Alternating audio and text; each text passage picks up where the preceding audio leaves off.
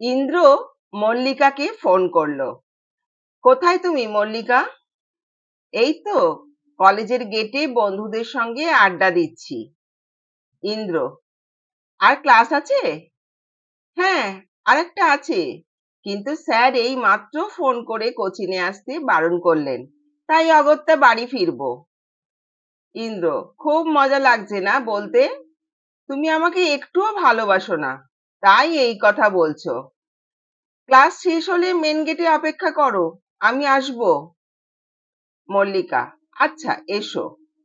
তারপর দুজনে একসাথে কলেজ থেকে মিনিট 10 রাস্তা হবে সেন্ট্রাল পার্ক, সেখানে গেল।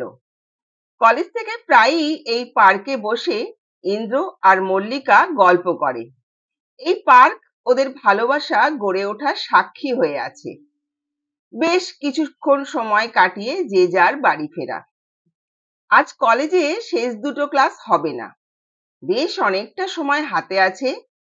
মল্লিকা ফোন করলো ইন্দ্রকে। রিং হয়ে যাচ্ছে, ফোন কেটে যাচ্ছে। কি বাজে নেটওয়ার্ক রে বাবা, কিছুতেই যোগাযোগ করতে পারছি না। আবার রিং করলো। হ্যালো, হ্যালো, শুনতে পাচ্ছ ইন্দ্র? ধুর, কোনো সাড়া নেই। অনেক চেষ্টা করে অবশেষে লাইন পাওয়া গেল। মল্লিকা বলল, কখন থেকে ফোন করছি, ফোনটা ফেলে দাও। ইন্দ্র: ওরে বাবা, ম্যাডাম ভীষণ রেগে গেছে দেখছি। আজ তো দেখা করতেই হবে। রাগ করো না, তুমি পার্কে চলে এসো, কথা হবে। মল্লিকা: হ্যাঁ, 3টের সময় চলে এসো। দেখা হতেই মল্লিকা বলল, ফেলে দাও ফোনটা। কখন থেকে চেষ্টা করছি, লাইন পাচ্ছি না, একটুও ভালো লাগে না। ইন্দ্র: ফোনটা খুব ডিস্টার্ব করছে, একটু ওয়েট করো, চেঞ্জ করে নেব। রেগে যেও না, এটা আমার প্রাণ, ফোনটাই তো আমাকে বাঁচিয়ে রেখেছে। এটা না থাকলে আমি তোমার সাথে কথা বলবো কিভাবে? সারা দিনই 7 থেকে 8 বার কথা হয়, তোমার গলার আওয়াজ শুনতে না পেলে আমি মরেই যাব। মল্লিকা: আবার বাজে কথা, তুমি একাই ভালোবাসো তাই না? ইন্দ্র: না, তুমিও বাসো, তবে তুমি বড়লোক ঘরের মেয়ে, পড়াশোনায় এত ভালো, তোমাকে নিয়ে তোমার পরিবারের অনেক স্বপ্ন, তারা কি আমার ভালোবাসার মর্যাদা দেবে? মল্লিকা: তারা তো তোমায় আর ভালোবাসেনি, আমি তোমায় ভালোবাসি। আমি তোমায় কথা দিচ্ছি, আমি কোনোদিন তোমায় ছেড়ে যাব না।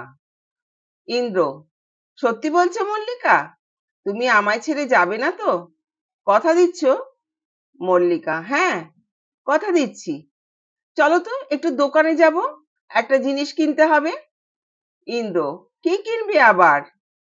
মল্লিকা: চলো না, বলে দুজনেই শপিং মলে ঢুকলো। মল্লিকা একটা ফোন কিনে ইন্দ্রকে উপহার দিল, বলল, এটা রাখো, এটা তোমার আর আমার মধ্যেকার সেতু, তাই এর গুরুত্ব অনেক। এরপর থেকে ওরা দুজনে ফোনে গল্প করে, কখনো কখনো দেখা করে, ঘুরে বেরিয়ে সময় কাটাতে লাগলো। সঙ্গে নিজেদের পড়াশোনা, কাজ, এগুলো তো চলছেই। কাজ বলতে ইন্দ্রের কাজ। ইতিমধ্যে ইন্দ্র একটা ব্যাংকে চাকরি জোগাড় করে ফেলেছে। এরপর মল্লিকার কলেজের পড়াশোনা শেষ, ফাইনাল পরীক্ষা হয়ে গেছে, রেজাল্ট বেরোতে কিছুটা সময় এখনো বাকি। একদিন সকালে ডাইনিং টেবিলে বসে মল্লিকা বাবা ব্রেকফাস্ট করছিলেন, সেখানে মল্লিকাও ছিল। মল্লিকার বাবা বললেন, শোন মা, আমি তোর বিদেশে যাবার সমস্ত ব্যবস্থা করে ফেলেছি। এবার এই কোর্সটা ইউকে থেকে করে ফেলতে পারলে তোর একটা স্ট্যাটাস তৈরি হয়ে যাবে, আর আমাদের বুড়ো বুড়ির স্বপ্ন পূরণ হয়ে যাবে। মল্লিকা: বাবা, বিদেশে পড়তে অনেক টাকা লাগবে, এই বয়সে সমস্ত টাকা তুমি আমার জন্য খরচ করলে সেটা ঠিক হবে না, আমি এখানে কিছু একটা কাজ খুঁজে নেব। না মা, আমাদের স্বপ্ন তুই ইউকে যাবি, অনেক বড় হবি, অনেক বড়, অনেক অনেক। মল্লিকা আর কোনো উত্তর না দিয়ে নিজের ঘরে চলে গেল। ভাবতে লাগলো, বাবা মা এত কষ্ট করে আমাকে বড় করলেন, তাদের স্বপ্ন আমি ইউকে তে পড়াশোনা করি, নিজেকে উচ্চ পদে প্রতিষ্ঠিত করি। আর আমার স্বপ্ন ইন্দ্রকে নিয়ে একটা সুখের সংসার, শান্তির সংসার। সেখানে আড়ম্বর থাকবে না, কিন্তু শান্তি থাকবে। কি করি? আমি যে ইন্দ্রকে কথা দিয়েছি আমি ওকে ছেড়ে যাব না, তাহলে যাই কি করে? আবার বাবা মায়ের স্বপ্ন নষ্ট করি এমন দুঃসাহসও আমার নেই। তারা পৃথিবীতে না আনলে, না বড় করলে কোথায় পেতাম ইন্দ্রকে? ভাবতে ভাবতে ঘুমিয়ে পড়লো। নিজেকে একটু সামলে নিয়ে একদিন ইন্দ্রের সাথে দেখা করে সব কথা বলল। ইন্দ্র বলল, তুমি যেটা ঠিক বোঝো করো, আমার কিছু বলার নেই। চলো আজ বাড়ি ফেরা যাক। তারপর মল্লিকা 5 বছরের জন্য ইউকেতে রওনা দিল পড়াশোনা করবে বলে। মল্লিকা চলে যাওয়ায় ইন্দ্র ভীষণভাবে ভেঙে পড়ল। দিনের পর দিন রাত করে বাড়ি ফেরা, নেশা করা, এগুলো বাড়তে থাকে। ছেলে ক্রমশ অন্যরকম হয়ে যাচ্ছে তা দেখে ইন্দ্রকে বিয়ে দেওয়ার জন্য ওর বাবা মা বলতে থাকেন। কিন্তু ইন্দ্র কিছুতেই মল্লিকাকে ভুলতে পারছে না, তাই বিয়ে করতেও চাইছে না। মনে মনে যেন নিজেকে শেষ করে ফেলার জন্য মনস্থ করে ফেলেছে। ছেলের এই অবস্থা দেখে ইন্দ্রকে তার বাবা রীতিমতো জোর করেই শিল্পীর সাথে বিয়ে দিয়ে দেয়। যদি বিয়ে করলে ছেলেটা আস্তে আস্তে আবার আগের মতো হয়ে যায়, সেই আশাতে। কিন্তু ইন্দ্রের কোনো পরিবর্তন নেই। শিল্পী অনেক চেষ্টা করে ইন্দ্রকে যদি ভালোবেসে পরিবর্তন করা যায়। 2-1 দিন ঠিক মতো বাড়ি ফিরলেও তৃতীয় দিন আবার সেই একই অবস্থায় বাড়ি ফেরে। ইন্দ্রের শরীর আগের থেকে ক্রমশ খারাপ হয়ে যাচ্ছে। প্রায় জ্বর আসে, পেটের যন্ত্রণায় ঘুমোতে পারে না।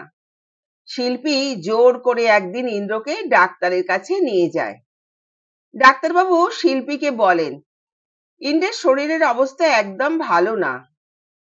দেখতে দেখতে মল্লিকার বিদেশে পড়াশোনা শেষ করে বাড়ি ফেরে। বাড়ি ফিরে ইন্দ্রকে ফোন করে, কিন্তু ইন্দ্র ফোন ধরে না। তখন মল্লিকা ইন্দ্রের বাড়ি আসে।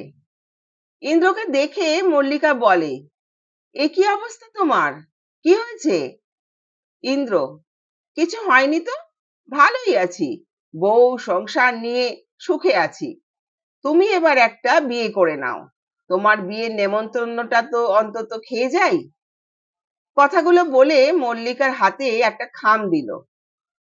মল্লিকা খামটা খুলতে গেলে ইন্দ্র বলে, এখনই খুলো না, আমার এই কথাটা তুমি রাখো। আমি যেদিন তোমায় খামটা খুলতে বলবো সেদিন এটা খুলবে। মল্লিকা খামটা ব্যাগে রেখে দিল। মল্লিকাকে দেখে ইন্দ্রের মনটা আরো খারাপ হয়ে গেল। সেদিন থেকেই ইন্দ্র ওষুধ খাওয়া বন্ধ করে দিল। ক্রমশ আরো অসুস্থ হয়ে পড়ল। আজ সকাল থেকে ইন্দ্রের শরীর এত খারাপ লাগছে যে মনে হচ্ছে আজকের দিনটাই মনে হয় শেষ দিন। শরীরের সমস্ত কষ্ট মুখ বুঝে সহ্য করে ইন্দ্র মল্লিকাকে ফোন করলো। বলল, মল্লিকা, আজ আমি খুব সুস্থ মনে হচ্ছে। তুমি চিঠিটা খুলে দেখতে পারো। চিঠিটা পড়ে একবার এসো আমার বাড়িতে, গল্প করব সেই আগের মতো। মল্লিকা ফোনটা রেখে চিঠিটা খুলে পড়ল। লেখা, মল্লিকা, আমি আজও তোমায় ভীষণ ভালোবাসি, তাই সব থেকে দামি উপহারটা আজ তোমায় দিয়ে যাচ্ছি। সেটা হলো আমার জীবন, যেটা শুধু তোমাকে একবার দেখার জন্য ধরে রেখেছিলাম। আজ আমার জীবন মুক্তির স্বাদ পেল। আসি, ভালো থেকো। চিঠিটা দেখে মল্লিকা ইন্দ্রের বাড়ি গেল, কিন্তু তখন সব শেষ। ফিরে চলে এলো মল্লিকা, আর ইন্দ্রের লেখা চিঠিটা শেষে লিখল, আমিও তোমায় ভীষণ ভালোবাসি ইন্দ্র, তাই তোমার কাছে যাচ্ছি। একটু অপেক্ষা করো। ভালোবাসা দুটি মানুষের মিলন ঘটাতে না পারলেও দুটি আত্মার মিলন ঘটিয়ে জিতে গেল। কারণ ভালোবাসা কখনো হার মানে না। বন্ধুরা, গল্পটা কেমন লাগলো একটা লাইক করে জানিও। আর এই ধরনের আরো গল্প শোনার জন্য চ্যানেলটাকে সাবস্ক্রাইব করো।